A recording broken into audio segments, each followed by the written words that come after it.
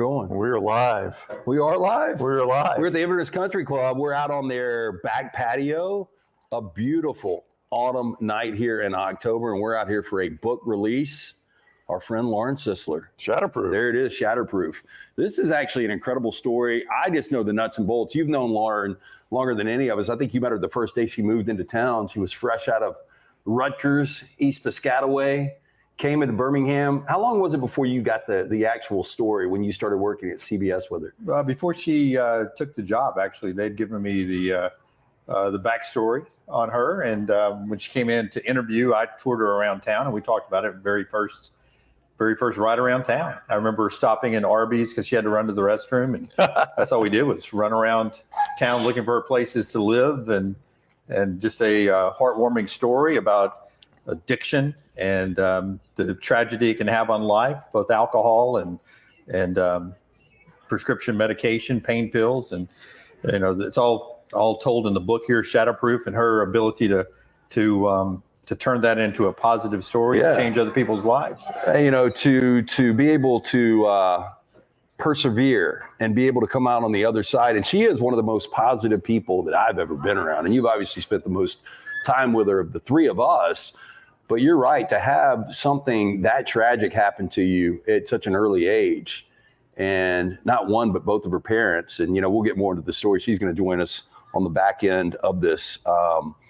But for her to really turn this thing around and to really help other people with this. I mean, this is an epidemic right now on mental illness and substance abuse and, things that we've gotten into on our mental health pod before, but just an incredible story. And we're glad to come out here and celebrate it at the Inverness Country Club, one of our great sponsors. She, one of the reasons that she wanted to write the book and tell her story, and she was on Good Morning America recently and everything, was to take a little bit of the shame, or all of it, the shame off of, dealing with addiction, if you're dealing with it personally, or as her family did, dealing with it privately and being too ashamed to publicly talk about it.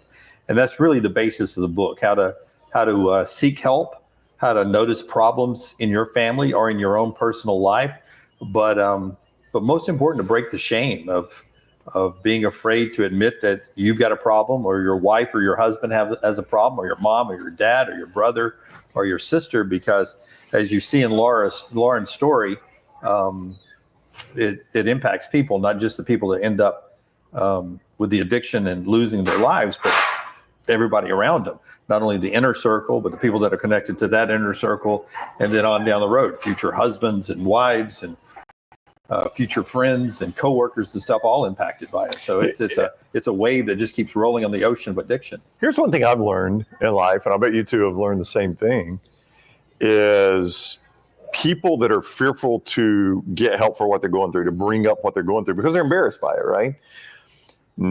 Probably, I would say almost 10 times out of 10, either someone else is going through the same thing you're going through that would surprise you, or they're going through something similar to what you're going through that would surprise you, or they would gladly trade problems with your problems in their mind. I mean, I think that's what you learn, is you're embarrassed to bring those things up, but when you do, you find in one of those three categories some common ground with other people. Yeah, and I think it's more difficult the younger you are. I mean, how old was Lauren when she was a freshman in college? Yeah, freshman in college. So she's a teenager, and to be able to not only deal with that and to be able to come out on the other side, but to process it, to unpack all the grief. And then her aunt's here, and her aunt at one point after the funeral, after she was back in her hometown, she wasn't going back to Rutgers, and finally her aunt had to go, "Hey, you got to get up. You got to go back to Rutgers. You got to go back to school. You got to go back to gymnastics." And that's hard. That's hard for her aunt, who has become a second mother to her, and it's hard to say, hey, you got to get back out in the world and go away from Virginia back up to New Jersey and keep living your life. And that's hard to push her out of the nest again, but it's hard for Lauren to go do that. So yeah, it's a journey. But I think the shame comes from just the way we are in the world, right? You watch any television show, anything on social media, digital radio, there's always somebody there ready to shame somebody else for something, right? And whether it's weight, age, sexuality, whatever it is, there's always a group of people, usually with a microphone and a following, that's ready to sit there and criticize and or shame people. And that's why people are afraid to speak out about their addictions, their problems in life. And that's why the mental health situation is the way it is in our country, because why are you going to leave the comfort, the privacy of your secret and your shame to come out in the public now, because there's just going to be a group of people behind a microphone ready to criticize? Yeah, but it's, that stigma. And obviously I've had some mental health battles, and I've openly talked about it. And I've always shared the story when we got back from Indianapolis, when the first one really, really hit me hard. The first thing, I gave you guys a hug in the parking lot of the Blue Lake building. And I was like, please don't tell anybody about this. Yep. And it was almost a natural reaction, but I didn't really start healing until I started to unpack it and actually talk about it with other people. And I think that's really important. And look, this is literally apples and oranges from what she went through. And I mean, everybody's different. It's a battle for everybody. Yeah, I mean, it was as critical in your life as it was in hers. I mean, it was different situations. Yeah. I know what you're saying. But I mean, back to shame is a big part of this. And I think Scott Cochran, you actually did a broadcast with Lauren, I don't know, 6 weeks ago, 2 months ago. It's on our platform. Anybody wants to go see it. And you guys had Scott Cochran, the former strength and conditioning coach for Alabama and Georgia, and the former, I guess, special teams. We call him a special teams coach. I don't know. For a minute. It was so short-lived. But, a lot of people didn't know, like, what happened to Scott Cochran? Yeah. Well, Scott Cochran dealt with some serious issues, and he was ashamed of those issues. And I think, what does he talk about?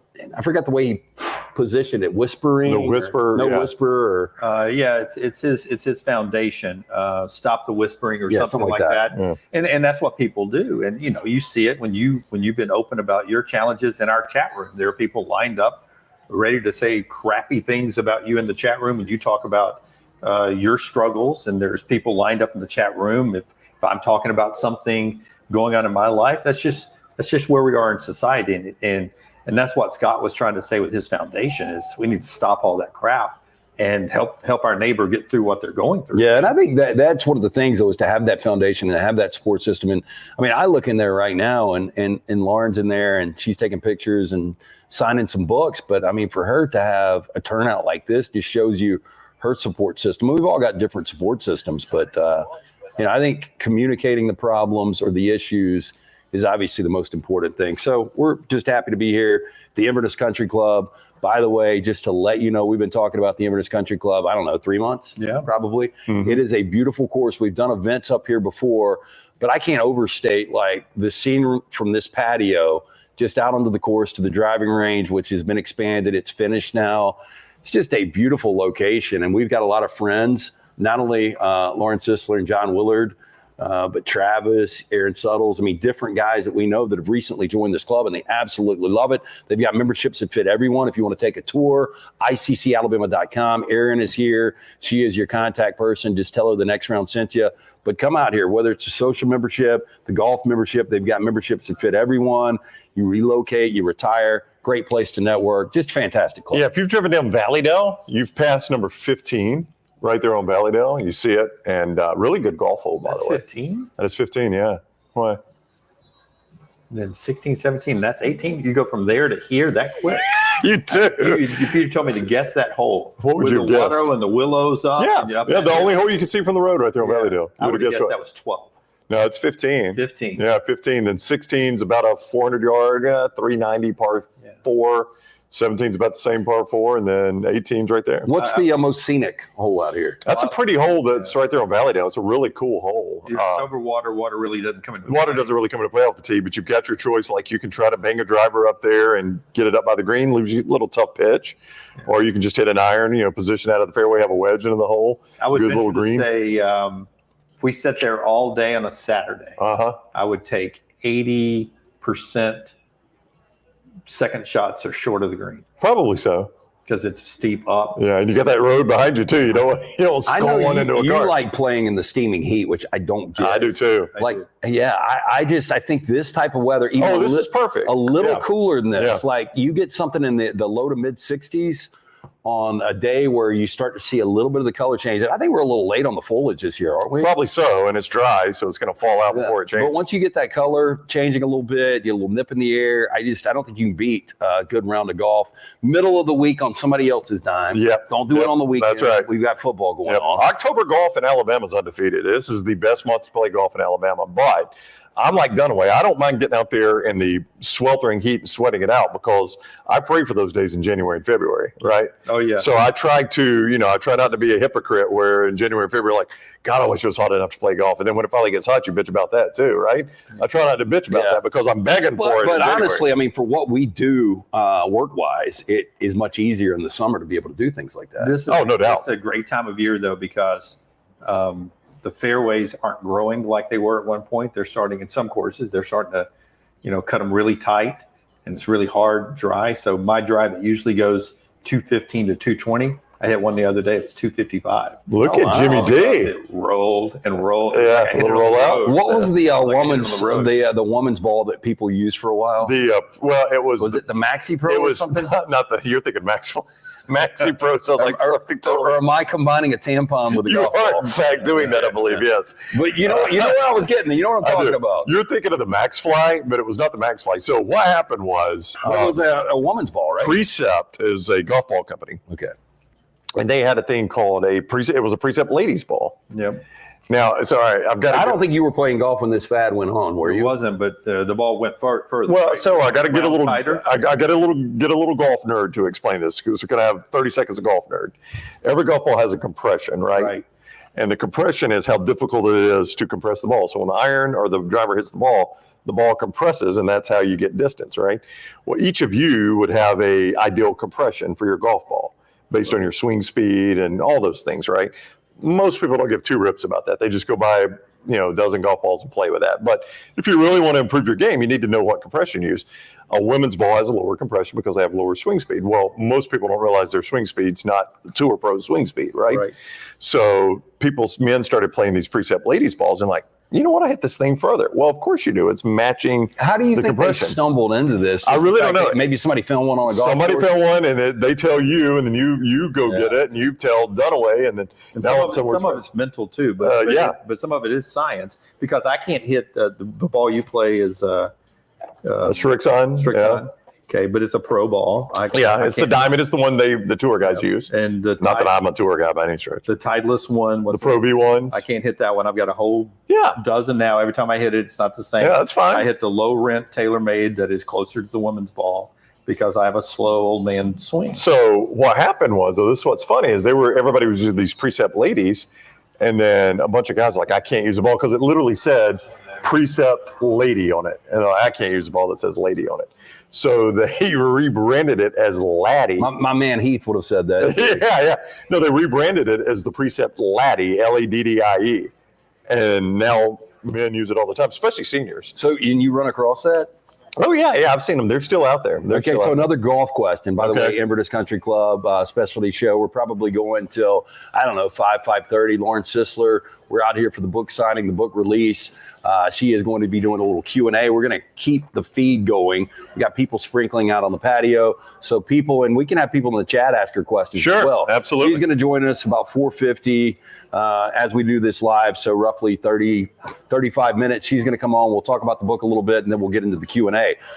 I played a Pro-Am out at Ross Bridge. I'm not going to say his name, but I swear he was putting Vaseline on the head of his driver. I might have told you this before. You do, and I never heard. I just could not believe how straight he was hitting his driver, and I was like, something's not up. And then somebody told me after the fact, do you think he had Vaseline on his driver? And I was like, well, what does that do? I had never heard of that. But that's like legitimate? Yeah. It stops the rotation going in a bad direction. It stops the spin. So if you're hitting a slice or a hook, it's because the ball's spinning one way or the other.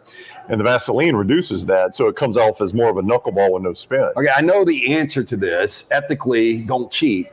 But if I'm out and we're in a foursome and me and Dunaway are playing you and somebody else and we've got big money on it, how are you ever going to know if I put Vaseline on my driver? I mean, you'd have to be pretty pretty slick about it, no pun intended, for me not to know. I mean, I think I could tell that you're rubbing something on the face every time. You'd have to do it after every hit. Yeah, I mean, I guess you could do it at the start of the round, and it might. I've never tried. But I'm just thinking in the summer when there's, people are got beer and water and people are sweating.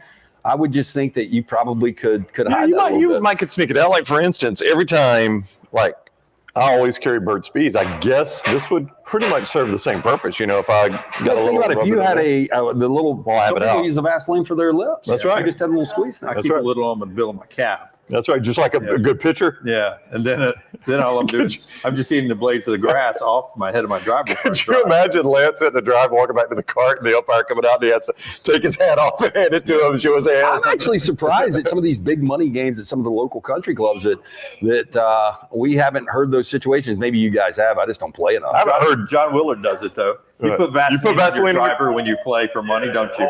Always, yeah. Who doesn't do that, right, John? Yeah. I know who used to do it. Chris Brees used to do it. I know. Not cheating, not trying. He did. Oh, Chris Brees was a Vaseline guy way back. Maybe Rossi. Oh, Rossi. Definitely P. Diddy when he was playing. Yeah, I think P. Diddy was a lot of Vaseline. So we're going to be all over the place. We can take any questions, comments, obviously, in the. Well, Seth wants to know what is Brown and Dunaway's lowest score at Inverness? I'm going to say that Dunaway almost broke 80. I'm going to say Dunaway's 81, and Brown, you topped out at a 75 here. That's probably about right, 75, 76 here. My closest here was an 85. 85 was your lowest score here, huh? Yeah. These greens are fast. They are fast greens here. That is one thing. Inverness has exceptional greens. Yeah. That's really what they're known for. Is like when you say Inverness Country Club around here, everybody says, "Ooh, those greens are fast." Yeah. So, and they can't golf go nerd question: Does it benefit you if your home course has got fast greens when you go play somewhere that's slower greens? No, I would say the opposite. Okay. Yeah. You want to go play places that have fast greens if you've got fast greens. Yeah, and I like putting fast greens, but I don't play at a country club. Usually, I'm at the public courses, and they're a lot slower than this place is. You guys ever work at a country club? Oh, yeah, growing up. Yeah, absolutely. And I had so many freaking jobs, but just randomly never, took a look at it. I had friends that actually worked at the country club, washing the golf carts. Oh, I used to doing do the grounds keep. Yeah. Was it the one that's on? Is it on 20 heading over? Silver Lake? Oh no! You're thinking of the Oxford Par 3? Yeah. No, I worked at Indian Oaks Golf Club. That's where I grew up. So when I was a kid, there was a neighborhood in Sax called Indian Oaks, and all the street names were Indian names. Like I lived on Indian Oaks Drive. There was Choctaw Trail, Cherokee Drive. They haven't pulled these, have they? They haven't canceled the signage? No, still all there. Still all there. They have the blessing of the Seminole tribe, apparently. And there was a course there called Indian Oaks Country Club. We lived on the 15th tee. And my whole, probably from the time I was 13 on, I worked there. And they would allow me to take a golf cart home at night because I lived on the course. So I'd close everything down, wash all the carts, put them away, and lock the cart barn, and I would take the last cart home, and then I would drive it back the next morning because I didn't have my driver's license, right? And it kept my parents from having to drop me off. So it was actually a pretty good deal for me. I just parked the car right there, golf cart right there in the garage. The next morning, fire up, got my golf clubs on it already, and drive it back. Were you able to charge it at your house? I would take one that was already charged. Okay. So yeah, it was already charged. I didn't have to charge it at the house. Based on the running joke we've got with Mud Puddle that you did not grow up on a golf course. Did you ever live on a golf course? Yeah, it was on the 15th green. So would you walk out there? So like young Jack, they're somewhere on this golf course. I don't know I can get there from Valleydale. Yeah, but you can't get there on the course. Yeah, they're on one of these holes. Maybe they're on 11 and 12. Maybe that's where 11 and 12 came from. He's had a couple of golf balls go through the old bedroom window, believe it or not. But did you walk out and just play a hole here and there? All the time. Yeah. So I lived on the 15th tee, so I would walk out, play 15 through 18, then go to number 10 and play all the way back around to my house. I could do that in probably an hour if I didn't run into any groups. Yeah, I did that all the time. What kind of people are you guys with your golf cart when you're through with the round? Are you the person that throws every piece of paper, everything away in the trash before you turn it back to the cart guy? Or do you just turn it back to the cart guy, tip him, and just let him? I think I would be a different golfer now because I used to play more when we first started out at Jock. So probably 20 years I was playing the most golf that I ever played, which wasn't a lot. But I typically we would tip the golf cart guy and let him handle it. Yeah, I think I would feel better taking all my stuff up now. I would agree. I think if you tip, though, Dunaway, I'd rather... You can justify it, right? I'd rather you tip me for a dirty cart than leave a clean cart and not give me a tip. Yeah, I do both. I try to clean it and leave the tip. I think most people do. Yeah. Do you let the guy clean your clubs at the end? I really don't like it because I have cheap clubs. I just would rather. I'm usually in the hurry at that point because we usually play because of our show. We usually play until sunset, so it's dark. I'm hungry. Yeah. I've usually bogeyed the last 3 holes. I'm ready to go. Yeah, if it's late in the day, they don't want people money because I've lost the bet. Have you ever seen somebody lose their tip and lose their clubs on the course? I lost number 6. It's still at the Hoover Country Club. No. I'm not talking about like leaving a club. I'm talking about like it gets to a point where you continue to press and somebody's down thousands of dollars. So they just put their clubs up? I'll take your clubs, yeah. I've never seen that. It had to happen, right? Well, I'm sure it's happened. Who wants those clubs if that guy's playing that bad? Well, maybe they're good gloves. A lot of guys can't play. A lot of bad players spend a ton of money on golf clubs, trust me. We are at the Inverness Country Club. The book here, Lauren Sisler, the book release, Shatterproof. Excited to get her on in about 20, 25 minutes. We're going to be talking about this, little Q&A. So if you're watching us wherever, you can jump in and any questions, obviously. And people are going to be filtering out here on this beautiful patio at Inverness Country Club, iccalabama.com. Memberships that fit everyone, childcare. I know people give us a lot of shit about that. I don't know why, but they do. If you've got a little kid and you can ask John and Lauren about this, a little Mason out there, they'll drop Mason. They can go play around the golf. They can go have dinner. They're going to watch your kid. And that is huge for, especially if you're a young couple that just relocated. You don't have a lot of friends. You don't have built-in babysitters. Yeah. Like I was fortunate enough that my ex-wife's mom was in town and watched the kids all the time. But a lot of people aren't fortunate and just don't have childcare like that. 100%. And they've got a wonderful weight room here.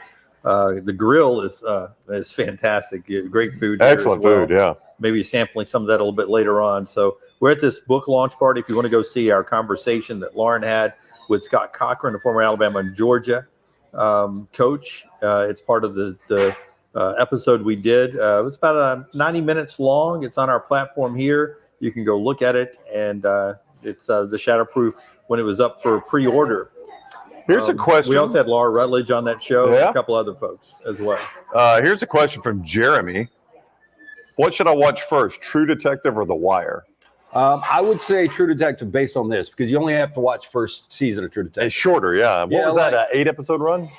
Oh, I think the first might have been 10. But the first with McConaughey and Woody Harrelson, I think you guys would agree, it's one of the best standalone seasons of television ever. Yeah, it's actually the only one I've watched, so I can't really compare it to the others, but I've heard the others were not as good. Season 2 with Colin Farrell and Rachel McAdams and Vince Vaughn, I thought was better than most people thought. I liked it. Yeah, it wasn't great. And then year 3 with Mahershala Ali and the Brad Dourif guy was okay. And then 4, which was recent. Did you not like 4? I didn't finish it, no. I thought it was good, but I didn't like how it ended. So anyway, 1 is a masterpiece. Watch 1 and then watch The Wire until they get into the newspaper business and then tap out. I have so many people that swear by The Wire. Wire's great. And I started it. I liked it. And for some reason, I'm trying to remember. I can't exactly remember where I punched out. But one of the last things I remember seeing in The Wire, and I don't know that this ran me off, but Idris Elba's character. Yep, Stringer Bell is going to school, and they realize he's going to college or whatever. Yeah, that's where I punched out. So what season? I was probably in season 2 then. Yeah, keep rolling because there is a new dealer that comes into the fold. I think in the end of 2 or 3, and then there's a one-off where they talk about the shipping and the Russians get involved and stuff. I still thought that was a pretty good season. The Wire's really, really good. Yeah. I think The Wire is one of my top 10 all-time shows. Last episode I saw was he was in the courtroom sketching a picture of, I think, the detective. Yeah. That may have been episode 1 or 2. Yeah. McNulty, the guy that ended up on the guy that cheats on his wife on everything he's on. Yeah, what was the show called Divorce? No, hang on. The Affair. The Affair. It's literally in the name. Yeah. And he got so hammered he ends up in a hot tub with his daughter and one of her friends. Yes, I do remember that part. I remember you saw that. You're like, what is going on? Wild. I'm looking for a new show though. It's a little more difficult this time of year because literally we got South Alabama and Troy on the night. We got Kennesaw State, your favorite team, and Middle Tennessee State. So there is football, Major League Baseball postseason, NBA will be starting up. little more difficult, but I still like to find time to squeeze in an episode or two. I'm watching Tulsa King right now, season 2. We started that. Jennifer and I started that. Are you liking it? Yeah, I mean, now again, we got through the first 2 episodes. We've had a lot going on. I haven't been able to pick it back up, but I like the first 2 episodes. And there's some funny characters in there. The guy that owns the weed store. Oh, yeah. Martin Starr is his name, and he was Yeah. in. Didn't you watch Silicon Valley? I did, loved it. Yeah. Do you remember the guy that was the atheist that had the beard with the glasses, and he was, it was the most sarcastic nerd of the bunch. Yeah, he sat over in the far right corner near the fireplace of the what do they call it, the pod? Or he hated the Pakistani guy. Yeah. And they had the They back ended and up loving forth. each other, Yeah. But that kid, the actor's name is Martin Starr, but the character he plays in Tulsa King is a kid named Bodie that owns the dispensary. And he is just What's he's the name of that fantastic. show? It's called Tulsa King. Yeah, Smuff says Okay. Smuff says he likes it. Just got called back up. Guilfoyle from Silicon Valley. Yep, Is who it is. Guilfoyle. Yeah. So Guilfoyle. good, Yeah. man. You're a romantic comedy guy. Nobody Wants This with Kristen Bell. It's about a 6-episode run. Really good. I like Really? Kristen Bell. Yeah, And it's a good role for her. She's very. I saw that, but it's attractive. the romantic comedy, so I couldn't go down Yeah. that. It's a dark. It's not a dark comedy. It's not a laugh funny comedy. It's just a well scripted. Okay, and I'm watching The Penguin. Oh, hey, how about that? That's what Seth said. Episode 4 of The Penguin. Really liking it. Now, it's not the Penguin from Batman. This is. It is. Oh, it is. So it's in Gotham, and this is where it throws me off because I'm not All a right. comic book guy. Now, I did I'm like the surprised by this. Batman movies. I liked. I've said this before. Logan with Wolverine Yeah. in his I guess twilight of his career. Thought was really good. Like the Avengers and all that stuff. Okay, so I was a little skeptical about getting involved, and then our man Tyler was like, it's got a really good Sopranos vibe to it. So basically, what it is, the Falcone family, the organized crime part of Gotham City, and Right. it sounds like I'm getting really nerdy here, but just follow me for a second. Like there are no superheroes in this at all. It is basically the underbelly of Gotham, and Colin Farrell plays the Penguin. So I guess it's a prequel to what's going to happen with his character in the Batman universe. But it really is just organized crime. It's about the drug trade. It's about the different families of Gotham. It's very gritty. It's very violent. Interesting. But it's got a really good flow to the dialogue. And Colin Farrell, you can't even recognize it's him. And this is the only thing I don't like is most of these dark dramas, you can find a really despicable, morally challenged character that you sympathize with. I can't sympathize with the Penguin. So like there's really no likable characters in this, but it's really well done. So I would recommend it if you like organized crime. Is he fat with the big long cigarette? He's fat, but he's got like a deformed foot. So I guess that's where they get the Penguin. He kind of Has he got the umbrella? Around. Has he used the umbrella for the cane? No, I think that was the old school, like our comic book. Yeah. They actually had a penguin kind of character. Yeah, and he had the long This is more cigarette. of just he got a nickname from waddling around. Oh, okay. Yeah. Interesting. So you like this? Yeah, He doesn't have a speech pattern when he goes with squawks or something. Boy, he throws a lot of F-bombs. That's his speech pattern. It's nonstop. Isn't that the way he talked to the Adam West? He would do that way? Yeah. Is that what you're talking about? Is that what you're talking about? Yeah. Okay. Yeah, but the Riddler had all the makeup on, and Yeah. the Scarecrow was like scary. Yeah. And I think Batman's trying to get a little more realistic, if that's possible. Samuel says Penguin is great, and I heard it gets even better. So you're on to one there. Yeah, I've enjoyed it. It drops on Max on Sunday night. I haven't watched episode 4 yet, so I'm up to 3. But yeah, I'm all in on that. Tulsa King right now, and I don't know. I'm always searching. I've learned Tyler watches literally everything. Everything. You can't find something to bring up to Tyler that he has not watched. Movies, shows, everything. I made an offer to Tyler that he pays rent, single guy Right. now, but he's doing a lot of work for us. That we turn our production room into a little 1-bedroom. Yeah. And we just let him live up there for free. I mean, if he got he's there all the time. If we pay for the streaming services, he'd do it in a heartbeat. He would. We do pay for The the only streaming. problem is we don't have a shower. That is Lance is onto something there. Maybe we put one of those in for him. I think it goes down. I think I saw a hose out back by the dumpster. Yeah, we get Brad Bell to come do a bathroom for us up there. What it could be. Yep. Yeah, that's an interesting idea. Any more entertainment over there? Yeah, By the way, it's plenty. a free-for-all. We're going to go another 30 minutes or so. Lauren Sisler, the book, Unshattered. Book wherever you order your books, you can get that. if you're in the Birmingham area, Lauren's got them wherever she's going to be. She's off to, I believe, Lubbock this week is her destination for college football. So I date a book nerd, reads all the time. Like last night or 2 nights ago, Jack and I are there watching, I don't know, one of the games. And she was like, I'm going to go to bed early. I'm going to go read a book, which I never do. But my point was, we call that maturity. Yeah, probably. We don't have a lot of that. And you have to have a little patience to read. Correct. Yeah. a little intelligence. A little intelligence. Yeah. All things that we lack on But this I will show. tell you what I love to do. I love going to a bookstore. I don't hate a bookstore. I'll I'm like buy you. 2 or 3 books and I never read them. I like going to a bookstore and I'm like, God, this looks interesting. Yeah. And then I put it right back.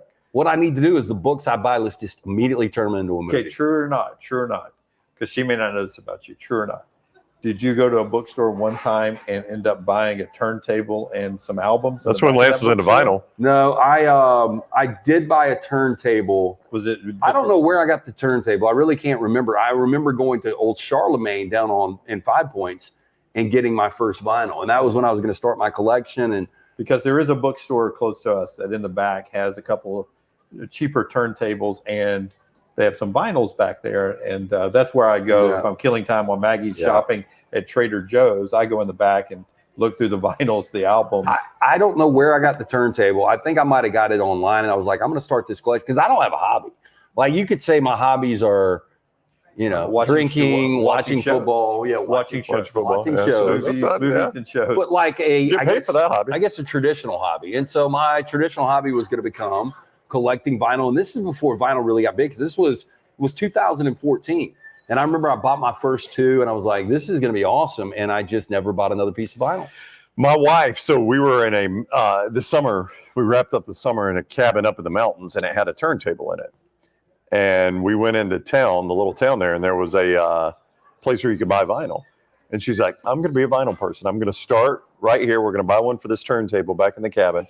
And I was like, Jennifer, you're not gonna follow through with this. I mean, go ahead and buy it. She loves Fleetwood Mac, so she bought their Greatest Hits, which is a good album, Fleetwood Mac Greatest Hits. And I was like, this will be the last piece of vinyl Did you you ever play buy. it at the cabin? Oh yeah, absolutely. So would you? So it was well worth it. One of these vacations where they had like the turntable and you could put on like the old Unchained Melody, and then if you had the pedal, and you and Maggie could actually make clay on one of these vacations. Would you reach around her? I do that. We had those at Montevallo. Right? Did you ever try to make the clay? I sucked at it. This shit would fall. What? It was so difficult to do. Is that called a lathe?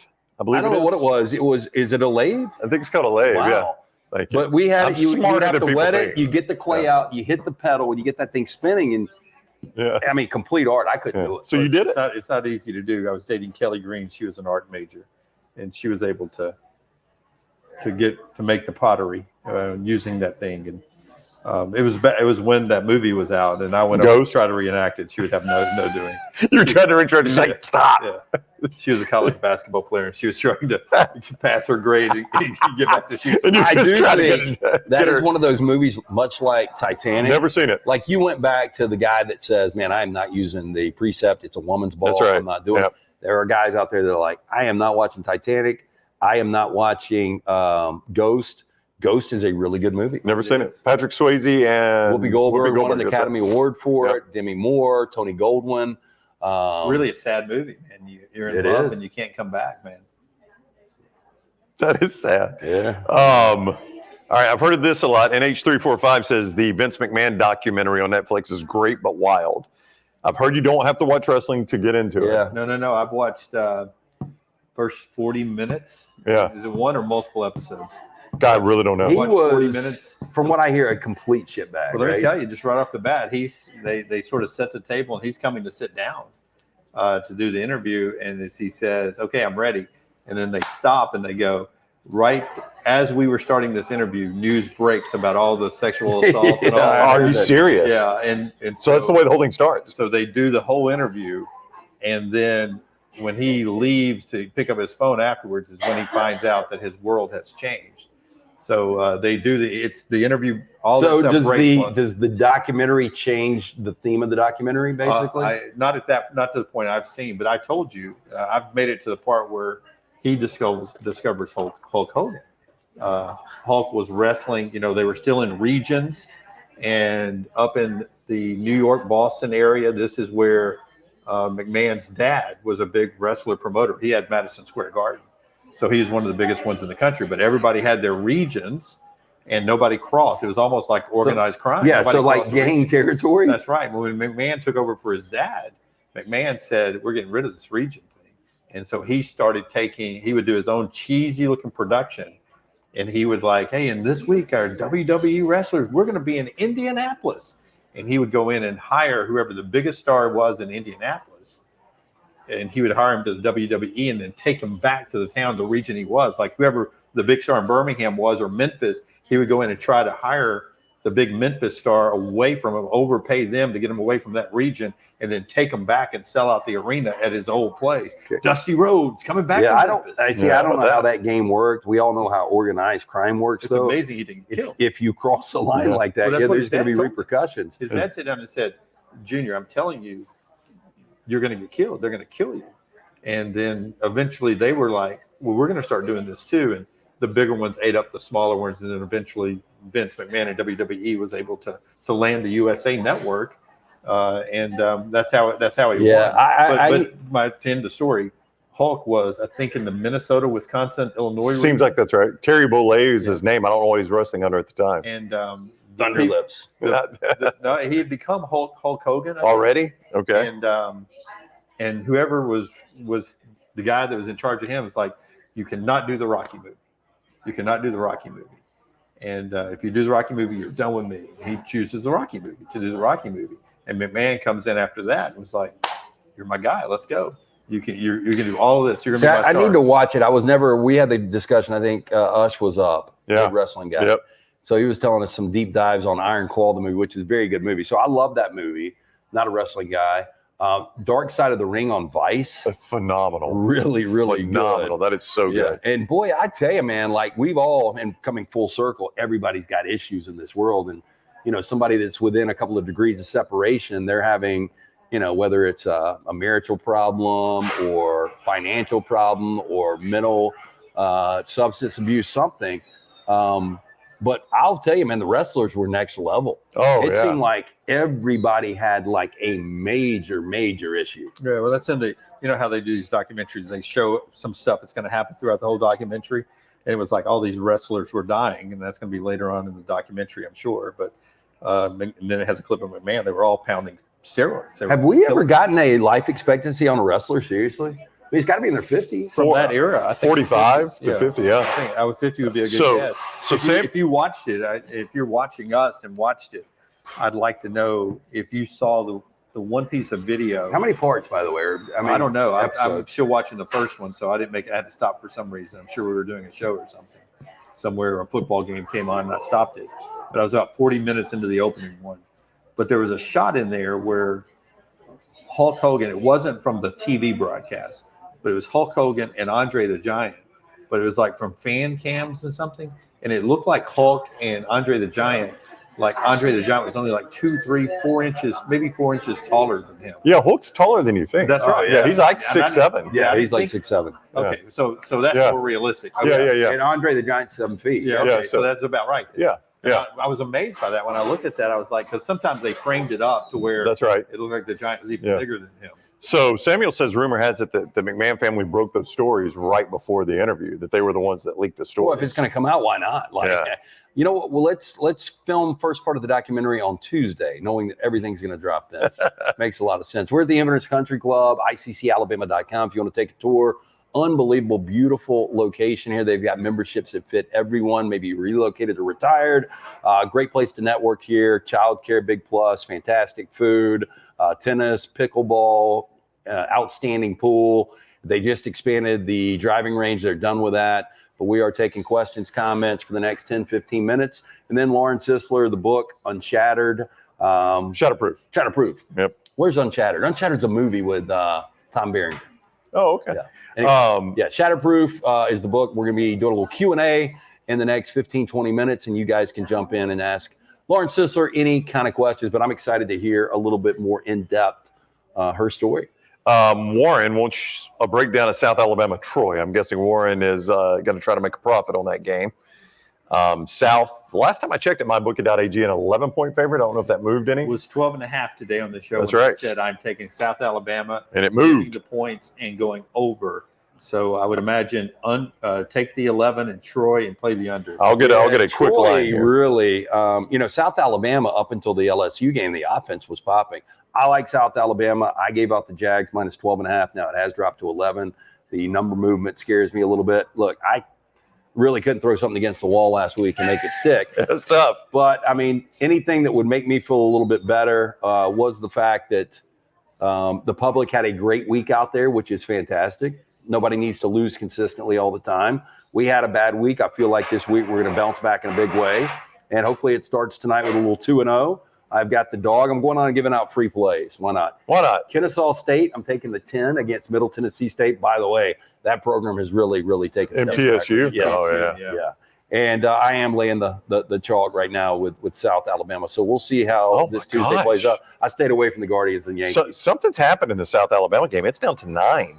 That's a problem. It was 12.5. Had to be starting quarterback. But I haven't seen anything. It was 12.5 during the show. Because I remember looking, Dunaway, I gave you an updated number when you said. It was 12.5 when I made the bet. Yeah, and I remember. It was 12.5 this morning when I put everything That's in. when I made the bet this morning. Yeah, so it was 12.5, and then later in the show, it dropped to 11. It's all the way down to 9. Yeah. 3.5 points on a game day is a significant move, isn't it? It's got to be a quarterback or an illness going through. Yeah, whole team suspended. We do not have a team. Sorry, guys. Yeah. I mean, go text your daughter. She's not going to know what happened to the game. She's a sorority girl. That one sorority girl is probably dating a football player. Yeah, I got to find out what has happened here. I can't find anything on that either. All I see is people talking about, like, I bet South Alabama 13.5, and it's down to 9 now. Yeah, 12.5 is what I bet it. Yeah. Lauren Sisler will be out with us in a moment. Shatterproof's the book. You saw her in Good Morning America recently. You see her all the time on ESPN. She's been on ESPN radio hits, ESPN TV hits, all promoting the book. And she's here now launching it at her club, Inverness Country Club. This is where she's a member. This is her hometown now with her beautiful husband, John, and their son, Mason. And she's in there signing books now, and she'll jump on with us in a second. She's going to talk to her friends out here on the patio at Inverness Country Club and do a little Q&A with them about the book here in a second. Can you just Google Gio Lopez and see if he's playing? Yeah, I've texted Furman too. If anybody knows Furman will know. I'm really baffled that a number, like, you could see the progression of a week and see steady money coming in and something dropping like that. But for it to drop like it did in hours, that's pretty crazy. So that does scare me a little bit. But hey, you might want to fade me right now. Fade me until I get back hot, because right now it's been a disaster. But we'll bounce back. ICCalabama.com. Sisler's one of these that I know a lot of people hustle, especially when it's your time, like for us, football season. But with her, out of town every weekend, on the sideline. Mason is how old now? A year and a half, 2? Not 2 yet, I don't think. Is young, Mason 2? Lauren's son, is he 2 yet? He's not 2 yet, is he? You're just asking randomly? Hey, how are you? Good to see you. Good. But anyway, chasing a kid around, doing that, all of these appearances and signings. I mean, she's grinding right now, but she wants to share the story because it is an amazing story. And if, she's got that philosophy, which I think is awesome. If she can help one person out with her experience and all the trauma she's been through, all this is well worth it. So some more sports questions. Sometimes we dip into sports on shows like this. Stephen, what's your thoughts on the Davante Adams trade? Happened after a bigger one is Amari Cooper. Well, I was going to get to that next. That's a follow-up question. Let's start with Davante Adams because he's in the same division. So the Bills miss on him. They go get Amari Cooper. Let's start with Davante Adams, though. Jets get Davante Adams. Does what for you? Well, look, Davante Adams just 3 years ago when he was with Aaron Rodgers was best receiver in football. And since, he goes to the Raiders because he wants to be reunited with Derek Carr, there was a minute there where it looked okay. He's obviously gotten a little cross. I don't know if it's Antonio Pierce. I don't know if it's front office. I don't know what's going on. But there was a disconnect. Obviously, when you're playing with quarterbacks like Aiden O'Connell and Gardner Minshew, a little bit of a drop-off. I think he got frustrated, wanted to change the scenery. And I just don't know if they're too far behind the 8 ball now at 2-5. Yeah. It would take they're 2-5 or 2-4. 2-5 now? I think they're 2-4. Yeah. So To me, it would be 9-3 to get the wild card, and then however else it shakes out with Buffalo to get to win the division. You could go 7-3 and maybe at 9-8. You're going to need 10-7. 10-7. So you're going to need 8 and what does that do? 8-4. 8-4, yeah. So the other trade in that division is Amari Cooper. Amari Cooper is a steal for a third rounder. Seth says, I don't even think it's a third rounder. I think Buffalo's true receivers have, this sounds stupid, they have 56 receptions combined by their true receivers, not tight end, not running backs. Dalton Kincaid and last night it was the kid from Kentucky that was getting all the play because James Cook wasn't in. But right now it's Cook and Kincaid. Yep. They really have, and they've been able to piece it together, and they're 4-2 right now. But they have missed Stephon Diggs. My point being, I think all their receivers combined have 56 receptions this year. Amari Cooper has 25 by himself with Deshaun Watson at quarterback in Cleveland. I mean, he can still get open. Yeah, look, the most excited I am is if I'm Devontae Adams or Amari Cooper, because now I'm going to play with good quarterbacks. Well, especially Amari Cooper. The Deshaun Watson thing's a complete mess for Cleveland. And boy, if I'm a Cleveland fan, and it was a third-round pick, my apologies. Buffalo gets Cooper in a 6th-round pick. Cleveland gets a 3rd and then a 7th next year. Remember, Cooper was disgruntled early in the year. Right. Outspoken in week 1 and 2 about where the team was headed with Deshaun Watson and things like that. But if I'm a Cleveland fan, now we're married to this guy, and now you're trading off pieces. Yeah, no. This is a disaster. They'll flush Deshaun. This is started. Well, boy, they got a lot of money tied up in it. I still think Devontae can be a top 5 receiver. I don't think Amari Cooper at this point in his career. But to win a championship, I think outside of Kansas City and Pat Mahomes and what Tom Brady was able to do, I think in today's football, you need an elite wide receiver. You really do. You need a Justin Jefferson or, Cooper Kupp at his prime, Jamar Chase. Those are the type of receivers, or 2, yeah. And I think you've got that now. Like, we haven't scratched the surface on Garrett Wilson. You saw a really good grab last night. He had over 100 yards. But when you put those two together, watch out. There she is. Lauren Sisler is about to join us. Sisler's book is Shatterproof. She's going to come all the way and sit on the couch. That's right. It's very casual. You can Yeah. Do I go ahead and hit the button? Yeah, you can go ahead and hit the button. You're number 4. Look at Sisler right in the camera. Hit the button. Yeah. Sit over here with these guys. How are you, Lauren? We were just talking about how hard you work. Well, you know what? You know who told me about hard work? That man over there. It wasn't me. I gotta hide the mic. Here we go. You don't have to. You can Yeah, very we're casual. pretty low I know we're rent. You know cash. that. We're cash, y'all. You know that. How are you, Lauren? Good. I am just signing books, having a good time. Y'all, we're up here. Hey, y'all. Hey, everybody clap for Lauren Sisler. Yay! Great crowd. Yeah. We do these things like 2 people show up. Obviously, a little more important here, No. but super excited about this. We kind of opened this up by talking about the book and your experiences and, how there's so many people that struggle with so much. But part of recovery is actually having the ability to talk out loud and to unpack trauma. And for you to go through what you went through at, I guess, 19, is that right? Dunaway said it was your 18, freshman year? 18, yeah. I was a young freshman. Yeah. Ish. Kind of young, but yeah. Where do you get to the point, and I don't know if we should reset this and you kind of give us the clip notes of how we got to this point, but I just wanted, when you were able to open up and when it really became therapy for yourself to have conversations and to start sharing your story. Yeah, so when I was 18, lost both of my parents within 5 hours of each other to prescription drug overdoses.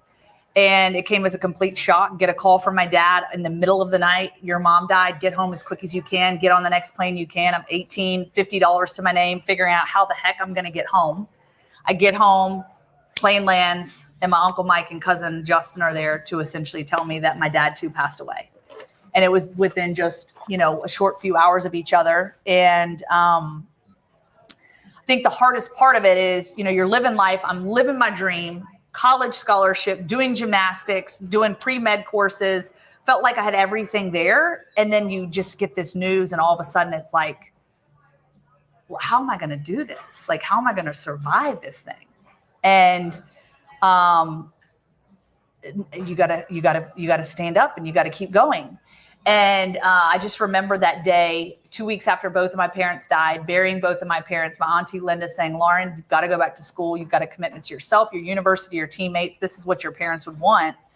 And as you can imagine, complete roller coaster, literally had to figure out how I was going to stay in school, how I was going to keep the grades up, how I was going to keep my scholarship. I'm failing out of school. I'm trying to just survive this thing.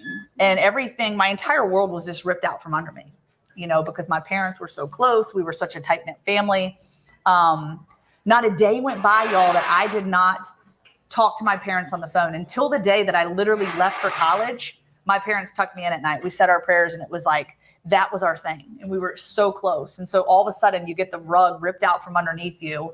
And now you've got to figure out how you're going to keep going. And, you know, the biggest thing, Lance, that you talk about is shame, right? So I carried this shame for so many years because of how my parents died.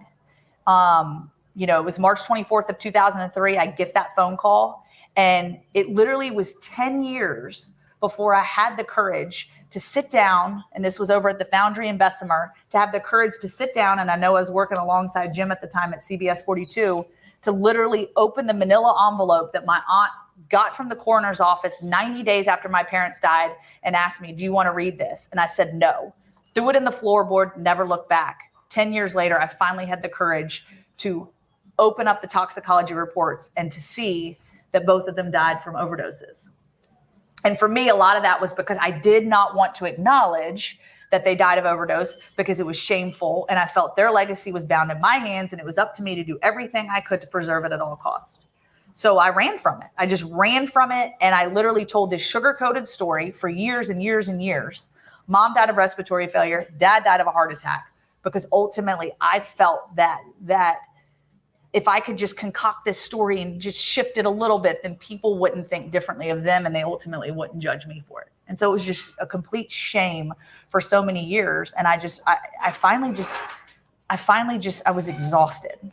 I was tired of telling lies, tired of telling people something that was far from the truth. And, you know, really, I felt like I was suffocating, and I needed to finally stand up, and I needed to find my voice again. So did reading the toxicology report, was it like, it wasn't really closure, was it? It was almost like it opened something. I mean, like normally that would be closure, but it seems like for you, it actually kind of started a journey in a weird way. Yeah. Because now seeing it on paper, and of course, I didn't know what was inside of this toxicology report, because y'all, this happened within 5 hours of each other. So I'm literally trying to piece together something. I'm not home. My brother's in the military. My older brother, Alan, was stationed in Norfolk. He's not home when all this happens. So we literally have zero idea, like, what has happened? How did we get here? And what's crazy about it, those toxicology reports, obviously they tell us that mom and dad overdosed from fentanyl. But what they don't tell us is what led to it. Literally about 3 typed up paragraphs were in this toxicology report telling us what happened. So to your point, you almost do open up sort of these wounds, because now you've still got 1,000 questions of like how we ended up here. And I think that's where the journey still continues, to why then I get to writing a book. Because it started that was with your dad's chronic pain, all right? Mm-hmm. And yeah. which we have 100 people here that probably somebody gets prescribed something that could lead to something today. That's why one of the first things I noticed about you is, if I was, you know, I'm old and I started to pop a pain pill, you'd be like, Jim, you know, don't do that. I mean, it can just something simple can lead to an addiction. Yeah. So both of my parents were going to a pain management doctor. They were seeking out help for their chronic pain. Mom had degenerative disc disease, multiple surgeries over the course of time. Dad had chronic pain, struggled with PTSD from his service in the military. And they were so by the book, or at least in the initial phases. That's right. I look back at medical records. My mom literally documented everything she was feeling, every single pill she took. You saw the prescription bottles sitting in the cabinet, all prescribed to them. And you just thought, okay, they're doing what they're told. Yeah, doing what's on the label. What's on the label. So there was never really red flags at all? So that's always the $1 million question, of course, red flags. So at the time, I think that number one, as a gymnast, I got really, really good at compartmentalizing things. You seek out perfection. Gymnastics is all about that perfect score, and you're just constantly chasing that, right? And I think for me, it was like this perception of like, my dad was struggling with alcoholism, but he managed it. And, he would relapse from time to time, but he'd go to his AA meetings and things would be fine. And so for me, as a kid, as a 10-year-old in the house, I didn't see it that way. They did a good job of kind of like, okay, we're moving on. And then as I get into my teenage years into high school, I do remember there were times that my dad would literally be laying on the couch and we're watching a movie and it's just like remotes in the air. He's got his head cocked back, falling asleep. And I'm thinking, well, you're a hardworking man. You travel over an hour each way to work every day. You're just tired. You're putting food on the table. Everything's fine. That's right. We're living our lives and seemingly kind of doing the living our dreams. And it never really sent a red flag to me at that time. They also had fentanyl suckers, which are for breakthrough pain. So they always had those, and they're prescribed. So everything just seemed by the book. I will say there were a couple times where my parents got into some severe, significant arguments that I'd never seen before, that kind of sent a little bit of a signal of like, okay, what's going on here? But then it was like they just, patched it up real quick and like everything was fine. But come to find out, it was because my dad started taking my mom's medication. She would run out, she would get irritable and obviously upset because she's sick and she's dope sick and now she needs her medication. But those were just like some of the little red flags. But I think at 15, 16, 17 years old, y'all, like, I'm not asking questions, because when you're growing up and you're a kid, I do that for a living. I literally ask questions for a living now. But growing up, I felt like they did such a good job of masking everything that I never felt like I even had a place to ask questions, because they And 20 years ago, the opioid crisis wasn't, at least it was on the front end of it. Mm-hmm. And you mentioned the word dope sick, and we were talking shows a little bit ago, and watched a show on Hulu, I don't know, a year and a half ago. Michael Keaton's in it. Really good show, but it's almost like there's no way this can be real stuff. And you actually lived that with the Sackler family. And I know there's a million things going on. I mean, and I guess your family was directly impacted by that family. Yeah. Because everything started with OxyContin. So even though they did overdose from fentanyl, essentially it's kind of the progression that starts with the OxyContin. I mean, okay, my dad literally overdosed at Thanksgiving, goes to the hospital. He does survive, gets sent to a psychiatric hospital to be evaluated. 3 weeks later, y'all, he's got almost 90 OxyContins. Like literally filled, prescribed to him by the same doctor. Reloaded, ready to go. And it's because everybody on that side was getting rich, right? Yeah. I mean, obviously that was a huge part of it. And Dope Sick does really kind of do that. And I will say, I don't necessarily dig into a lot of the medical side of things in my book and sort of the who's to blame, because I do think, you have my parents were grown adults. They had to make decisions. But when I look back at how by the book my mom was, and it didn't look like there was anything flagrant about it, that they were chasing something, going out and pill shopping and this and that and the other. It's like they were by the book, and then something flipped, right? As they're continuing to get more opioids every single day, and they start raising the milligrams, and everything just starts increasing. It does make you think, like, why did the doctor never dig a little deeper and say, okay, this isn't working. We've got to do something different. That's right. And it does. You think like, okay, my parents are adults. Yes, they make decisions, but also as a medical professional, sometimes you got to step in and say, okay, we got to do something different. People are going to read this book and they're going to be inspired because of where you are now. You're writing a book. When I first met you, and I know birthdays for your mom and dad are so hard on you, right? Still very hard on you. But there was a moment when I met you where you didn't, I felt like you didn't think you would ever have that complete full family in your life again. And your son Mason is making noise. Here we go. Your boy's gonna make you cry over there. I heard he's getting shaken. Jim's not gonna stop if somebody cries. Mason's making noise. John's walking around, fairly good-looking guy. Your aunt, Fairly, somewhat. Your auntie's here, and then look at all these people that are in your life. How amazing is this? Dunaway, don't do it to me. I mean, this is your God, Jim. it's your book launch, you know? He literally does this every time. But it is. Pretty This is amazing, right? Oh. That this is where we are. Wow, yeah. Y'all, stop. no, but it is. This is 100% against the odds, though. I mean, you appreciate that your story is absolutely against the odds. I mean, the odds were you go down that same path, right? I mean, don't you think most people do that? Yeah.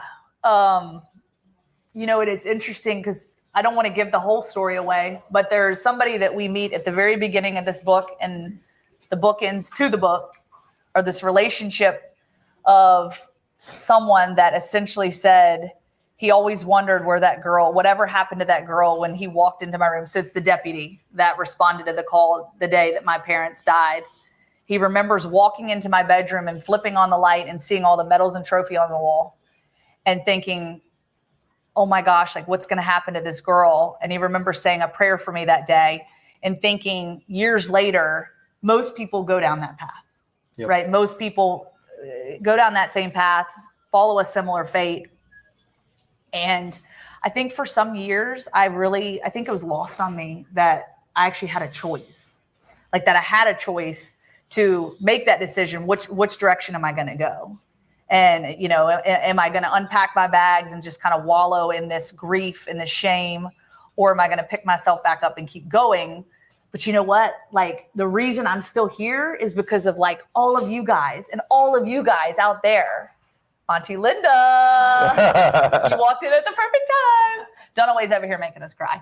But I mean, that moment when we were talking about it before you came out here, because when we did that special at our studio, that was the one thing I went home and told my wife was, can you imagine Aunt Linda with you broken at her home, having to say, you got to get your butt up and go back to Rutgers? That had to be hard on her to push you out to go back. Yeah. It was a pretty tough conversation, some tough love. I remember she sent me to the ice cream store with a $100 bill, the most money I'd ever seen in my entire life. And I'm like, what are we doing with this? She's like, go buy your girl some ice cream. Got me out of the house. And then her and Mike, my uncle, literally are sitting there having conversations of how are we going to get through this? And how are we going to tell her the truth? And it took years. But to have people like that literally said, Lauren, like, you've got to keep going. And I think that to me was the best thing for me. The best decision was to go back to school. But I think everything's divine in how we end up where we're supposed to be. Never thought I'd end up at Rutgers. Ended up having an amazing family, people there to support me, to get me through it. Y'all, I'm in Alabama. Never in a million years did I think I'd be in Alabama. And oh, by the way, here I am. You're from not the cool part of Virginia. So let's don't take shots at Alabama. No, Alabama in a good way. It's a good thing. Okay. We're in Virginia, not West Virginia. What's the cool part of Virginia? I'm curious. The other part. Oh, the other part. The other part. Not where Marty and Lauren came from, right? Yeah, where Marty and Lauren came from. Yeah. Marty's hometown. But y'all, like, so I end up here in Alabama. I get to work with Jim Dunaway. So literally, y'all got to hear this. Oh, God. He didn't pick me. That's right. So I was up against another gal, Nikki Noto. Love her, by the way. Amazing. She also worked at ESPN eventually. I knew talent. He knew talent. But literally, he was like, I don't know. Like, so he ended up picking Nikki. But then I don't know. Why did they end up not picking her? She didn't want to be a photographer, too. So by default, yo, I get the job. Okay. And Dunaway takes me around town. And I remember we actually had to stop at the Arby's on Highway 31, right? Because I had to go to the bathroom. One of us had to pee. One of us had to pee, me. But I remember, obviously starting to kind of share a little bit of my story with him and didn't really dig under the surface too much. But we started kind of becoming fast friends. I just think about this journey and the late nights of driving to Oxford, Mississippi, Dunaway getting a speeding ticket from old boy in Gordo. Wasn't it Gordo, Mississippi? Yes. The late nights of coming back, blasting the music, DJ Sisler on the ones and twos, and Dunaway's ticked off because I'm eating a taco salad in this brand new truck. That's so good. You just got that brand new Ram, and we're coming back for the SEC championship game. We pull into Wendy's. I got this truck on Friday. Yeah. When we left to go to Atlanta, we're driving back on Saturday. So I've had the truck 48 hours. And I'm sitting shotgun and Dunaway's ordering, and he goes, "What do you want, Lauren?" She goes, "A cup of chili and some nachos." And I'm like, you know the face Dunaway makes? He's like, No, I literally, I told her I didn't want her for the job. She was number 2. Yeah. So I was honest with her. I said, my new truck, you're going to sit in the back seat. "I'll be I fine." need a nacho salad and crunch chips. And French fries and and frosted. French fries, Yeah, frosty, yeah. and a bowl of chili. A lumberjack. Yeah. Yeah. Oh, And the whole way home, all I hear is crunch, crunch, crunch. Do you, with the awareness, the education, do you think it's getting better? For people like you that are actually outspoken about the crisis right now? yeah, I mean, first of all, uphill battle. We are fighting it every day. And I think that shows and documentaries like that, such as Dope Sick, as we talked about, have really started to help bring awareness to it, because I think a lot of times we know there's such a stigma that is attached to addiction, right? It's a character flaw. It's, people don't want to be associated with it because it's a weakness, and, it's an illness and it's a disease, but it can't be seen. And so people think, oh, you're lesser than, you're not, you are not worthy when you are going through something like this. And so I think that the conversations have started to shift, giving people permission to speak up and speak out. I think what's hard for me is knowing that in that moment, in that time that my parents were going through this and building up to ultimately their death, is that they never had the ability and the courage to speak up because of what they were going through, and didn't want people to know just how bad it was. Do you think they knew how bad it was? And that is one question I still ask myself, because I think that they were starting to potentially enter into that phase. And I think as soon as I left the house, went off to Rutgers, and then you've got my brother who's in the Navy and driving back and forth from time to time on the weekends, I think they had to start have known, because I do know that at one point my mom literally took a lockbox with fentanyl patches in it to her house and said, "Hey, I need you to take some of these, because I don't want to take them, and I don't want my husband, my dad, to take them, to use the patches." And so I think there was starting to be like a bit of a fear that things had gotten off the rails. But I mentioned my dad overdosing at Thanksgiving. He literally went online and read that you could take the fentanyl patch that my mom was prescribed, put it in the freezer, cut it open, and suck on the pain patch to get the immediate high that you need. And just to think that he had gotten so far into this thing, I don't think anybody on the outside knew that it had gotten that bad, even my mom. But also, too, it was just brush it under the rug. I literally, y'all, went back to Rutgers thinking that my dad had a bad reaction to medication. Oh, heart medicine, cholesterol medicine, bad concoction. So I went back to Rutgers praising the good Lord above that my dad survived, with no clue that he literally put a fentanyl patch in the freezer and sucked on it. And in the same token, in the hospital, in front of my aunt, in front of my grandparents, in front of my mom, said that he read online that it did exactly what it said it would do, and that maybe you would be better off without me. Mm. And the fact that he said that to my mom, and the fact that he ever had any sort of feeling that he wasn't worthy, and that maybe this life was better off without him, and maybe that we as a family were better off without him, that is what I'm trying to get through to people. That's what I want people to know, is that there is hope, and that we can't give up on people. We can't give up on our hopes and dreams. And when we see things slip away because of the challenges that life throws at us, like, we've got to keep going, and we can't just sit here in silence and suffer in it, because ultimately it's going to take everything away from you. And I think that's the hardest part, is just knowing that my dad ever felt those feelings of shame to the point where he felt that we as a family would be better off without him. Does anybody have any questions for Lauren? They want to ask her any questions? Just shout it out. We'll repeat it for those that are watching at home. But any questions? Y'all, come on, ask me some questions. Yeah. So I'll ask you one. Oh, she's just waving at somebody. She wasn't. Yeah. So, I mean, the book's got a lot of themes that are universal, right? So obviously your experience is night and day from somebody else's, but survival, hope, perseverance. I mean, there's a lot of different themes in here. Mm-hmm. And I think that's what I love about just when I dug in, right, you talk about kind of opening up some of those wounds. It took opening up some of those wounds to really find healing again. And I didn't think I started writing the book 19 years after my parents died, did not think I could find the healing, but opening up and uncovering things really helped to reiterate some of those themes. So if it's not addiction, it's something. Every single person here has dealt with shame, right? We have all felt shame in our lives. And that comes in the form of whether it's substance use, you've gone through a divorce, you've gone through an infidelity. There's something that has attacked you, something that has taken your pride away, that has put shame so deep inside you. And that's where I want to meet people, right? Is understanding that we all have a story, and every single chapter of your book, the book of life, there are good chapters and bad chapters, beautiful chapters, joyful chapters, and exhausting, sad, debilitating chapters. But those are all things that shape us. And I will say, LT, like being in the sports world, having this opportunity to tell stories. And, one day I probably should actually look Nick Saban in the eye and shake his hand and say, thank you for getting me here, considering the dynasty that became Alabama football, that then also gave us SEC Network, that also put me right here in Alabama at the right time.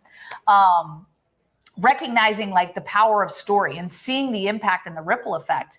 So when you guys get on the radio, you guys tell these stories, you guys bring these stories to people every single day, some of the funny stories, the humor. But when we as journalists get this opportunity to share these stories, you see this ripple effect. And when you have somebody that reaches out and say, I saw this story that you did on ESPN about this young man that overcame this terrible tragedy, and it was uplifting, you see that people are impacted by it, and that resilience, people are capable of that. And really, that's the title of the book, because people have asked me, where did you get Shatterproof from? And as I was talking through with my co-writer, Holland, and my publisher, Darren, and my publicist, Gary, we were all kind of like talking about it and figuring things out.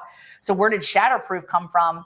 It's literally like someone took a baseball bat to my life, shattered it into a million pieces, but through work and determination, you can literally find resilience to pick up the pieces and continue moving forward and find a life of success.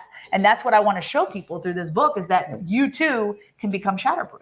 And I want to, and you guys know this too. One of the things I love about you is I have, for every memory I have of your mom and dad at the end, you've given me 8 other good memories about them. You always told me what a good mom she was and what a good dad she was. She just wasn't defined by the last few seconds. And I think that's important to talk about in your book. You have so many great pictures in the book and so many great memories. Talk a little bit about how it's important for anyone to define those people in their lives by the good parts, the good chapters as well, not just the end.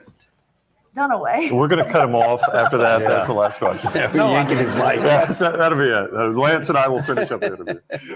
I mean, that's one of the things I love about the book and about your story, is that you, like Mason, will know, who his grandparents were, not just the final chapter. Yeah, she was an awesome cook. Auntie and I didn't quite get that. Didn't quite get that. The full spread. So it's amazing because, you have this family dynamic. And I think that, to me, They still drove you all over God's creation to those gymnastic meets that were not in your neighborhood. Not in my neighborhood, all over the state of Virginia, and then eventually regionals and nationals. Just the dedication. And I think that was when I earned that college scholarship. I knew it wasn't just for me, it was for us, it was for family. My mom wanted to be a mom. Like, she literally worked part-time, like at Nabisco, at a floor, did all the odd end jobs just to try to make ends meet, so that literally she could be there to pick us up off the bus, to be there at home, to take us to practice, to do everything. And my dad volunteer coached, and, he like taking us to the pool, doing everything he could. And, I just think of those, like you said, those memories and the things that they did, the loud whistle. And I can still hear the commentary in the VHS tapes. Yes, we had VHS tapes back then, y'all. And just hearing him just stick the landing. And he had no idea what the skill was, had no idea what even event I was on. He just knew it sounded good and it looked good. And he just would scream. And hearing those voices, I feel that love from them. And y'all, I'd never realized that my parents have been gone for 21 years. I loved my parents more than anything when they were here, but my love for them has only continued to grow. And I think that some of that comes with my parents and their inability to love their story when they were here. And y'all, my mantra is fall in love with your story. And so I think that as I sit here, like they're here with us. And I think ultimately I have, through the process of the healing and the speaking out and to be able to have a voice, that I've become a voice for them and ultimately help them to fall in love with their story. And you mentioned my dear husband, John Willard over there. Hey, John, love you. We love you too, John. Love you. Yeah. How can you not love John? I mean, how can you not love John? That's right. So semi-good looking, as Dunaway called him. Yeah. He was not my top choice as Lauren. You're funny. Well, he definitely was Auntie's. Remember Dunaway? He was mine too. Yeah. He fixed my golf swing. But having John obviously here, and we got married in 2020, pandemic, another thing, like, oh boy, here we go. Pastor Lane Schrantz, he was in the house just a little bit ago, got married at Highlands. And then, we go do the second wedding, and then we have a little baby boy, Mason. He's running around somewhere, who knows? Taking a break, probably in childcare right now, 15 months old. I think about, so I actually was able to take Mason to Amelia County where my parents are buried. And I remember just sitting in front of their plaques or whatever that are in the, what do you call those things? The columbariums. Yeah. And while he doesn't understand, know what that means now, I just had this moment where I could feel just this presence, from my parents and from God, and just knew, like, my parents gave me so many life lessons, taught me so many things. And while there were so many great things, they were far from perfect. And I look at the great things that they taught me and the lessons, but also looking at Mason and knowing, like, I want him to know them one day. I want him to know who they were, also to know the truth, to be open, to be honest, to show courage in that conversation, but also to know that they were two people that were loved by so many. And I mean, I just think about it. And when I see my Auntie Linda, who literally is a spitting image of my mom, I think like the excitement and the joy that both of my parents would feel if they were able to just embrace him, because, my parents loved being parents. They did everything they could for my brother and I, and sometimes to a fault. They like to clean up our messes quite a bit, but I think about that, and now coming full circle and being a parent, and just what a beautiful blessing it is, and having John there.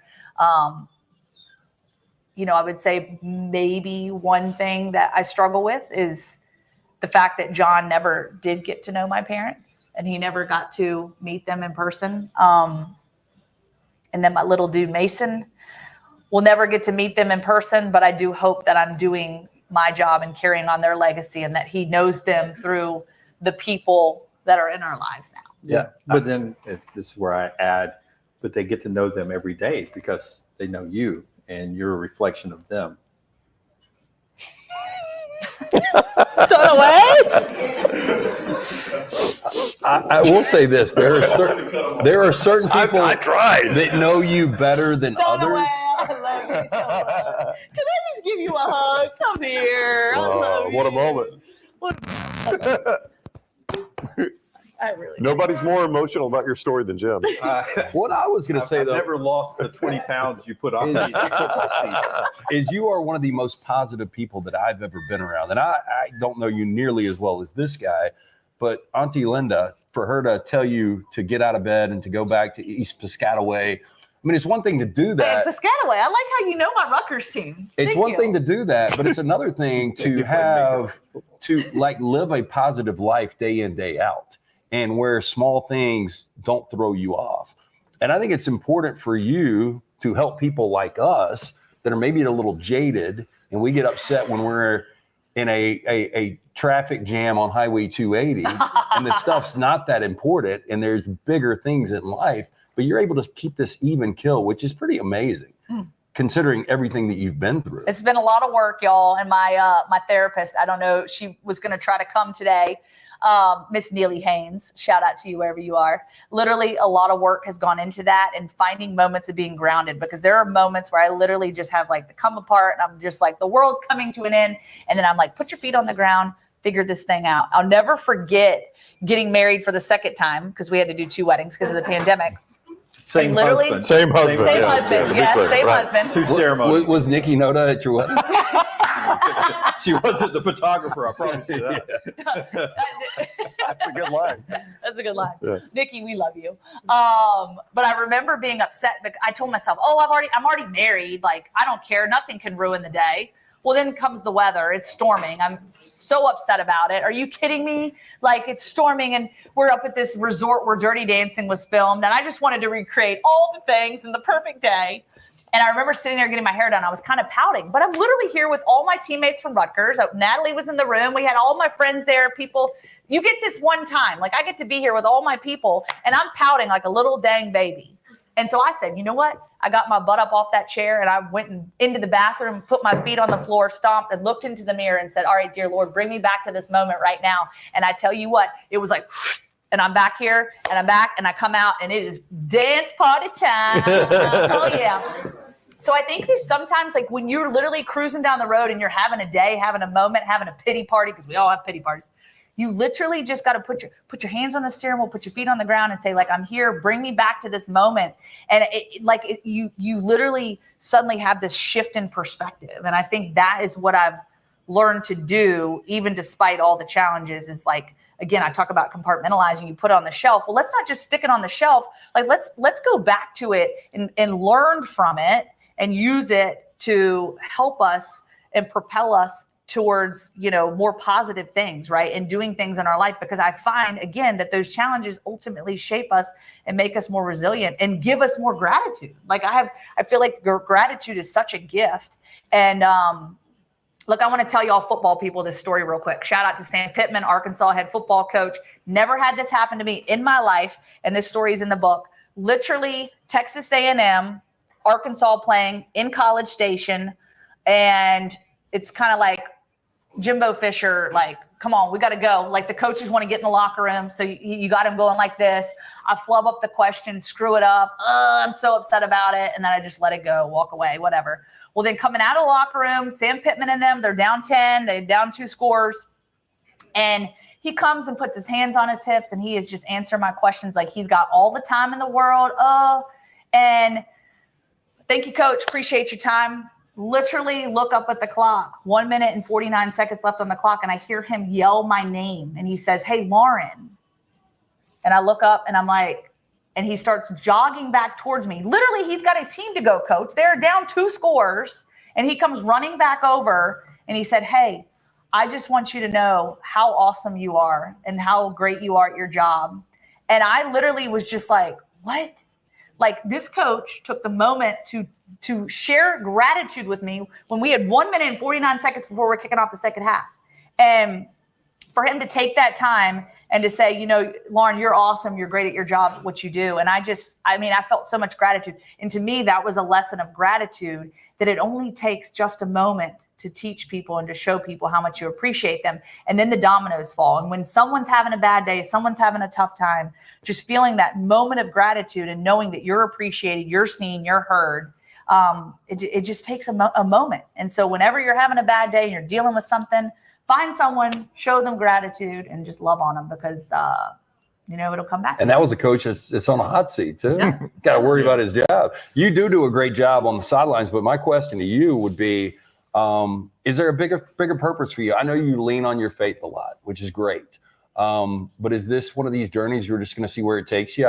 I don't think you probably started out like, I'm going to be an author one day. No. I want to sell 1 million books. I don't think that was the goal. It's about helping people. It's about telling your story. But you're obviously an incredible motivational speaker. And somebody asked that, do you speak at conferences? You do speak at conferences. I do speak at conferences. Yeah. Yeah. So if you were asking us that, just reach out to us. We'll get you in touch with it. But is that more of It's the something? easiest way. I mean, I know you enjoy traveling Y'all campus can be to my campus agent if you want. Sure, why not? and We doing charge you less. and Is your doing agent here? And I can assure you I won't be second best in that case. You'll be- Wow. You'll You'd be be pumping me out our there. first agent, Yeah. our first client. Yeah. But do you think you'll start to gravitate towards more of this and less of the other? Well, I'll say this. Love ESPN, love what I do on the sidelines, love getting out there on game day. But I literally find so much joy and gratitude in like the storytelling and just being out there and finding that platform. Because for so many years, it was like, oh, cool, look at me. Like I'm interviewing Coach Saban and doing snow angels and the confetti. Like we had a great time, right? There might still be some beans up underneath the seat there from Oh, he sold that my truck. travels. Yeah. Bo's here. I sold that Ram truck very quickly. Probably still some nachos in the back seat. Yeah. Nachos in the back seat. But I will say that I've realized that you know, you chase that dream, and we talk about the be where your feet are. Nick Saban talks about that all the time. And it was a lesson that I could not comprehend. I literally landed my dream job, SEC Nation, being a reporter, and all I can think about is why don't I more opportunities, more airtime, more this, more that. And then like simmer down, slow down. Like you literally wanted to be here. Now you're here. You need to soak it in. And so I've realized that, you know, everyone what's my game this week? You know, and people start comparing and, you know, get upset when they get, you know, a team that they thought they were going to get a bigger game or a Right. more prime time type of game. And it's like, I look at that shot sheet and I see there are about 30 reporters on there and the entire country doing what I'm doing every day. Right. And so it's going out there and recognizing that and saying, just go out there and kick butt and take names and do the best that you can do and love every minute of it. But I recognize now that ESPN has become, you know, the platform and has helped me to find my voice and to have a story. But when I have the opportunity to do outreach, for instance, Randy McClendon, my Birmingham parents, Randy and Beverly right here, I got to go speak to his men's Bible study group this morning of what we had about 25 Just a men's group, men's retired group, but had this opportunity to go sit with them this morning. And the joy that I got sitting in this room with these men, sharing my story and just sharing my, you know, my heart. Like I loved that, right? And so I think that there's a place for everything. And I do think that, you know, y'all, I just hit the 4th floor. I took the elevator to the 4th floor. I'm now 40 years old. Thank you, Botox. It's a beautiful thing. And yes, you men out there, Botox is okay for men too. Yeah. So, Why are you pointing at me? For doing it, so. Is that a hint to John over there? She pointed right at me, John. I think it was yeah. meant for you. John doesn't need it. He's only 31. I mean, yeah. He is 30. Yeah. He shares a half birthday with me. So I'm 40, he's 32, go figure. 32 and a half now. It's a beautiful thing. But I will We used to kid him on the golf course that you'd be guys on your honeymoon and he'd be getting carded. He's a young buck over there, young buck. But I will say, just getting to speak to different groups, I recognize that you think, oh, it's got to be big. It's got to be, you know, the 4-letter word ESPN, you know, speaks volumes. Yes. But it's also those special moments to me where I get to sit down and have a conversation with you guys, the one-on-ones, the meaningful conversations, laying in the floor, Randy and Beverly's house, as if I own the place, eating all their snacks up. And, you know, I just want to say there's so many dots that are being connected here. Everything is on time and for a reason. And when you meet people like that in your life that bring you closer to maybe your purpose. And I feel like, you know, it's been people like that. I got to give a shout out, Matt Watley and Kathy Watley back there. What up?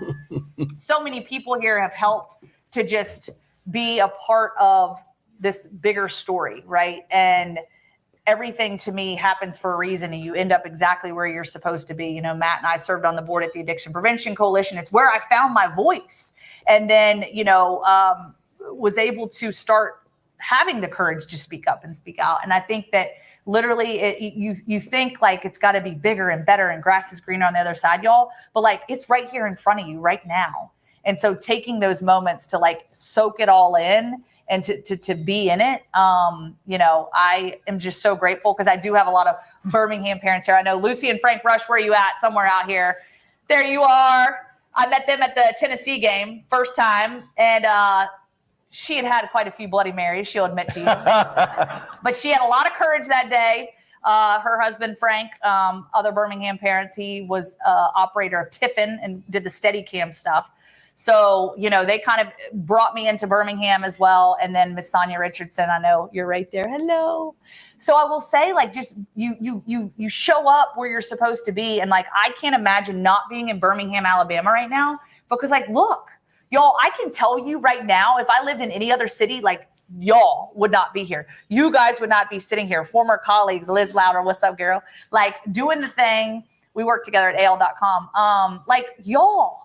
Like, it's crazy when you see the amount of people that show up in your life and that are there for you. And I just want to say, like, you got to lean into that and to know that there's people that are in your life for a reason. And I mean, you just like, I'm so amazed at like how, like, what am I doing here? Like, what? Like, this is crazy. And I'm just so thankful for all y'all. I mean, every single one of you that are here right now, I'm so thankful for you. And does anybody have questions? I know we asked this earlier. I know, and I feel bad. She's not shy. I think you guys know that. So yes, anybody have questions? I would love to answer a few more questions. I think we've covered everything except chapter 3 and 8. The whole thing so far. Questions. If not, we'll just give her a round of applause and let the party continue on inside, I guess. Yeah. Right? Yeah. I've got one. Okay. Can you do a little ice baby for me? Ice baby. Okay, y'all know. So DJ Sisler, I used to be a DJ. It was my car payment job because I made a lot of good decisions in life, but I was a car fiend and I decided to buy a BMW and then a Lexus, and then I've just stayed in the luxury tell them about car. all the cars you've had. All the luxury car categories. John literally was like, "Oh, we're going to get you out of the luxury thing," and yeah, it just has not happened. When you and John got married, what were you driving? The Jaguar. The Jaguar. Oh, wow. SUV. Yeah. Wow. I love cars. I do love cars. Where were we going with this? Oh, Ice Baby. Ice So Ice Baby. it was my car payment job. I had to have the Lexus IS 350, black on black, just smooth as silk. So I used to go out and DJ. Well, I also can rap a big game on Ice Baby. It's the only thing I know how to do. But also, my dance game's pretty strong. Y'all see it, the sideline shimmy. It is a thing, and that's something I'll tell you, a little backstory, sideline shimmy, because it is in the subtitle of the book.